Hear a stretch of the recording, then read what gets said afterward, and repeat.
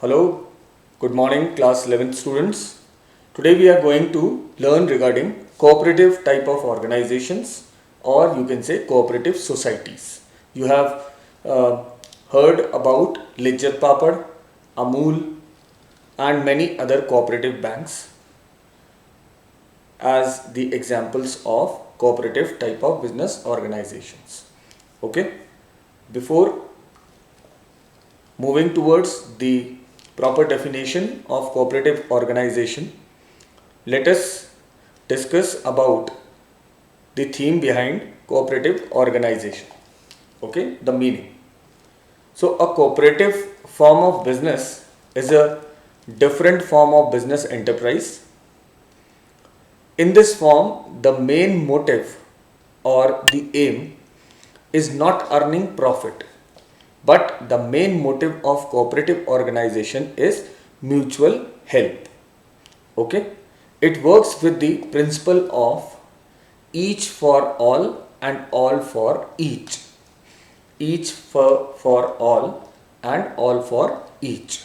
Okay, the cooperative society or organization is a voluntary association, that means created by the wish of the members. Okay, so that is why it is a voluntary association of persons who join together for mutual help. Okay, the minimum number of 10 persons are required to form a cooperative society, right? The registration of cooperative society is compulsory. Okay, in sole proprietorship, in joint Hindu family and in partnership, you have seen that the registration is not compulsory or optional, or somewhere it is optional. Okay, so a minimum number of 10 persons are required to form a cooperative society. At the same time, the registration of cooperative society is compulsory. Okay, and the capital of cooperative organization is contributed by the members only in the form of share capital. Okay, so the cooperative organization can raise loan from banks also, right?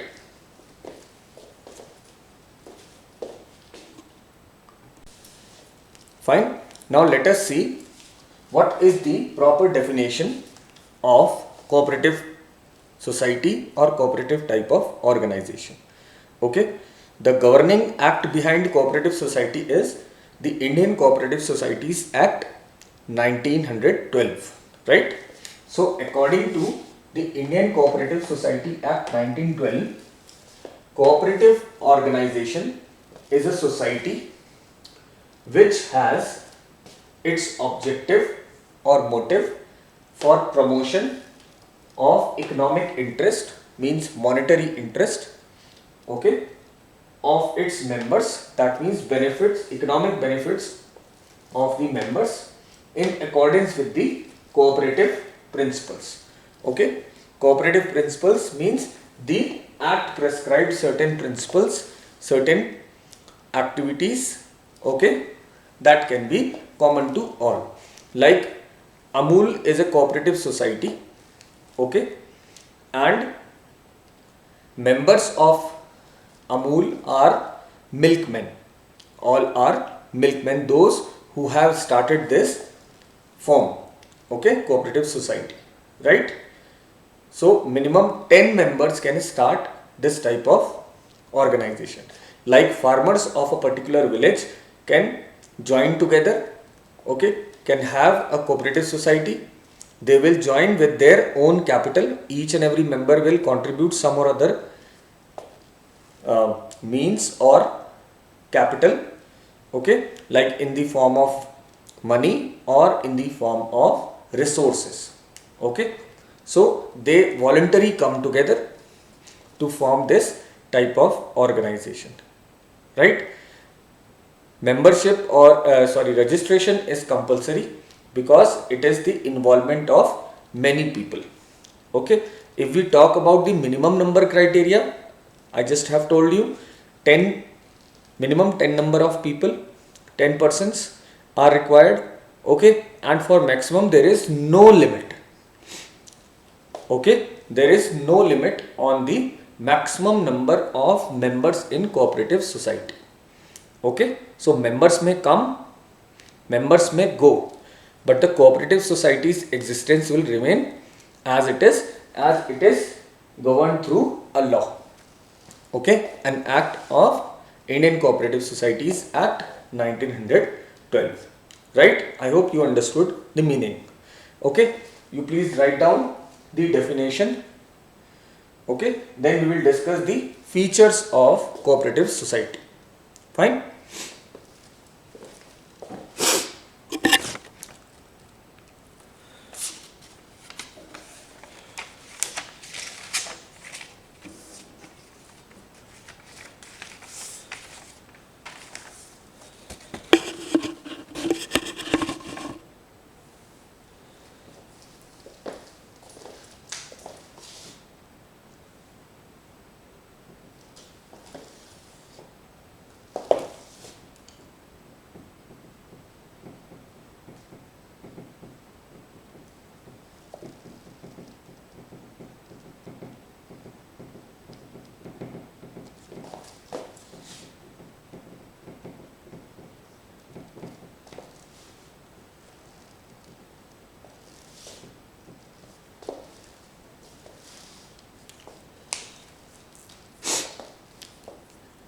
Okay, let us discuss the features of cooperative type of organization or cooperative societies. Okay, there are altogether 5 basic features or characteristics, okay, of cooperative societies. Okay, first is voluntary association.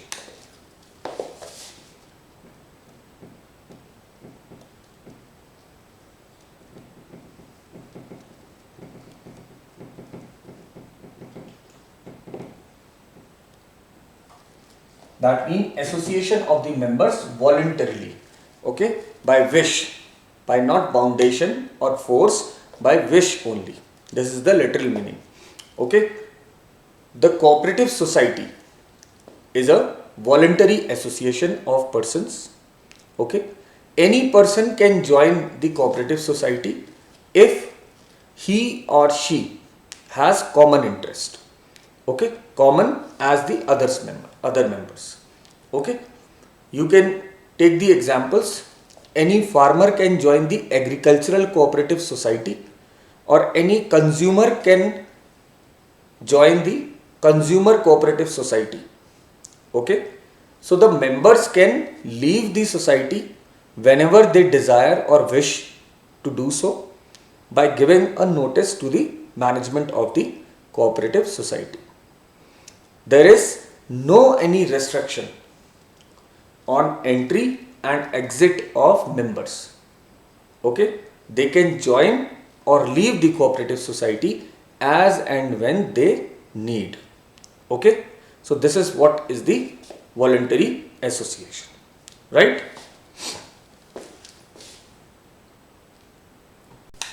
At the same time, the membership is open for all the members of the society. Okay, irrespective of their caste, religion, sex or any. Okay, so there is no discrimination on entry and exit of members. One thing, okay, they join together with their own desire and wish. Second thing, okay, and membership is open for all the categories of society irrespective of their caste, creed and religion. Right? 3 things. Then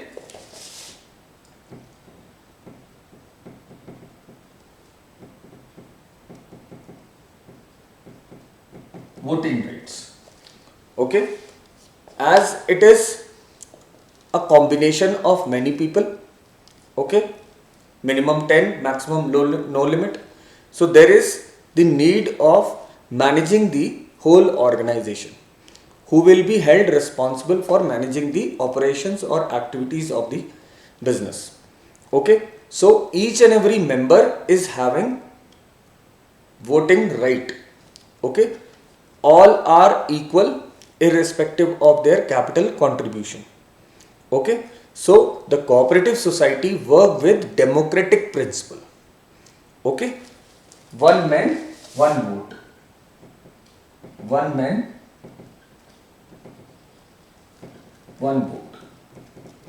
That means one person can cast one vote at a time. Okay, so they are having democratic principle like our Indian economy or government is having. Okay, so all the members can get only one voting right irrespective of capital contribution by them. Okay, suppose there are 10 members in the cooperative society and they have contributed 10 lakh in different contribution ratios. Okay, somebody has given 10,000 rupees, some 50,000, some 1 lakh, some 10 lakh. Okay, so in this way they have contributed suppose 20 lakh rupees. So but their voting right will be one only. They can cast one vote at a time. Okay, all will be considered equal in the eyes of law. Okay, so what I am saying, all members get only one voting right irrespective of capital contribution by them. Okay, the rich members by taking more shares cannot dictate their terms.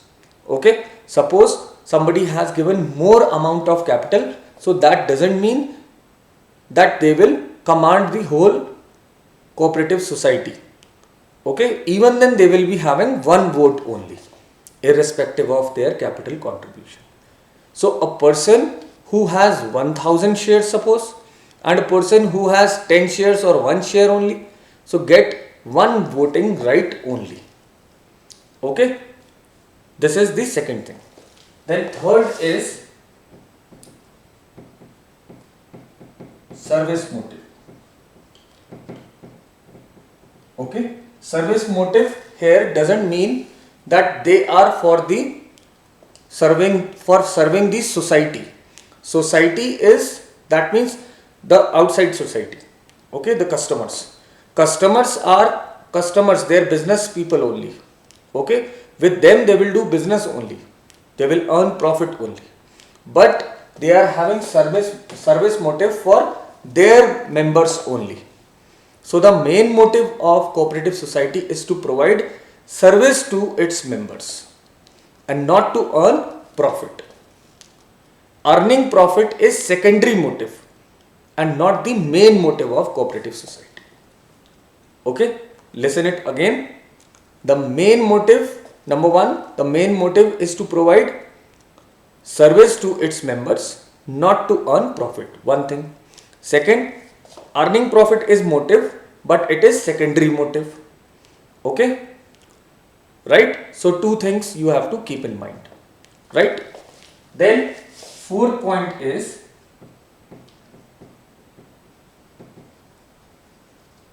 separate entity. Okay, separate identity you can say, or separate legal entity you can say. Okay, number one thing, it is compulsory to get registered under Indian Cooperative Society Act. Okay, so it is compulsory for a cooperative society to get itself registered under the Cooperative Society Act 1912. After registration, the cooperative organization gets a separate legal entity. Separate legal entity means the cooperative society is considered separate from its members. Okay, that means it can buy and sell property in its own name and can enter into contract in its own name, right? Second important thing to know, that the death, insolvency and incapacity or any other ailment of any member does not affect the existence of cooperative society. Okay, because cooperative society is a separate legal identity, and members are having their own personal identity in the eyes of law. Okay, that is why it is said members may come, members may go, but the existence of the cooperative society will be considered separate, right? So one thing, that it is compulsory for a cooperative society to get itself registered under Indian Cooperative Society Act 1912. Okay, after registration what will happen? Organization, that means cooperative society, gets a separate legal entity, okay, and members will get their own separate legal identity. Okay, by getting separate legal identity, cooperative society can buy and sell property in its own name, okay, can enter into contract with third party with its own name, okay. Members, if we talk about members, so the death, insolvency, incapacity, any type of medical ailment of any member does not affect the existence of cooperative society, right? You will have to write your own notes with these lines, okay. Then we will discuss the distribution part, distribution of surplus.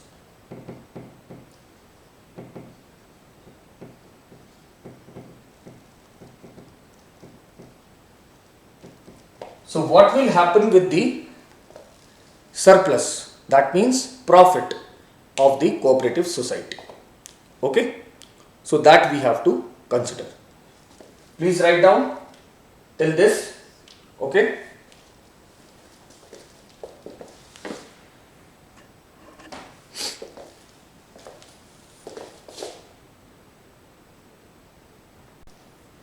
Right. So if we talk about distribution of surplus, so the profit of cooperative society is not distributed in the ratio of capital contribution, okay, by each member, but it is distributed according to the dealing of members with the society, okay. A member with less capital can get more share in profit by having more transaction or dealings with the cooperative organization.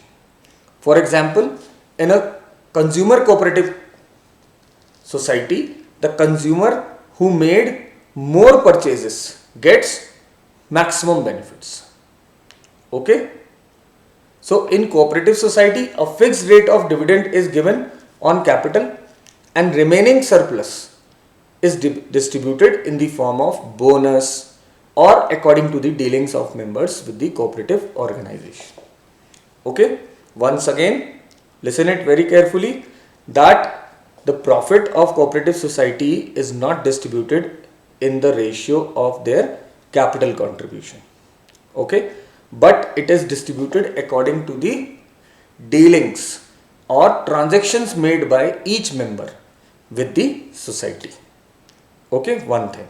Second thing, the member with less capital get more share in profit by having more transactions or dealing with the cooperative organization. Okay, suppose Mr. X has contributed only 10,000 rupees, but 10 dealings or 10 transactions he has made in terms of purchase or dealing with the cooperative society. Okay, he is purchasing on his own ID and selling it to others.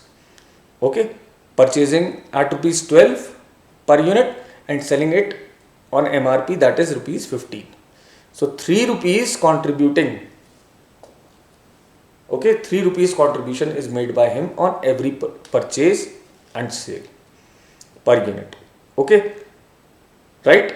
And likewise, he has repeated this type of purchase 10 times in a month.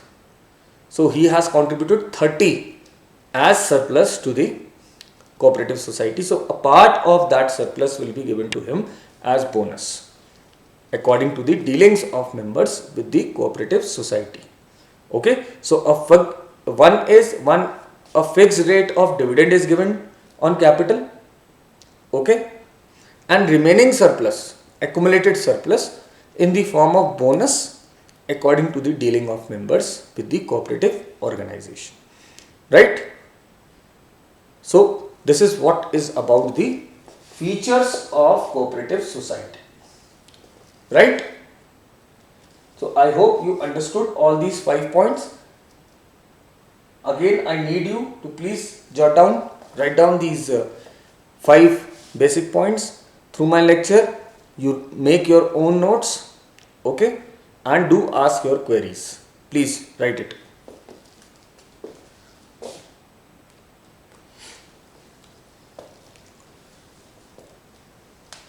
With these features, we will have the merits and demerits of cooperative society, okay, that we will discuss in the later part of the session.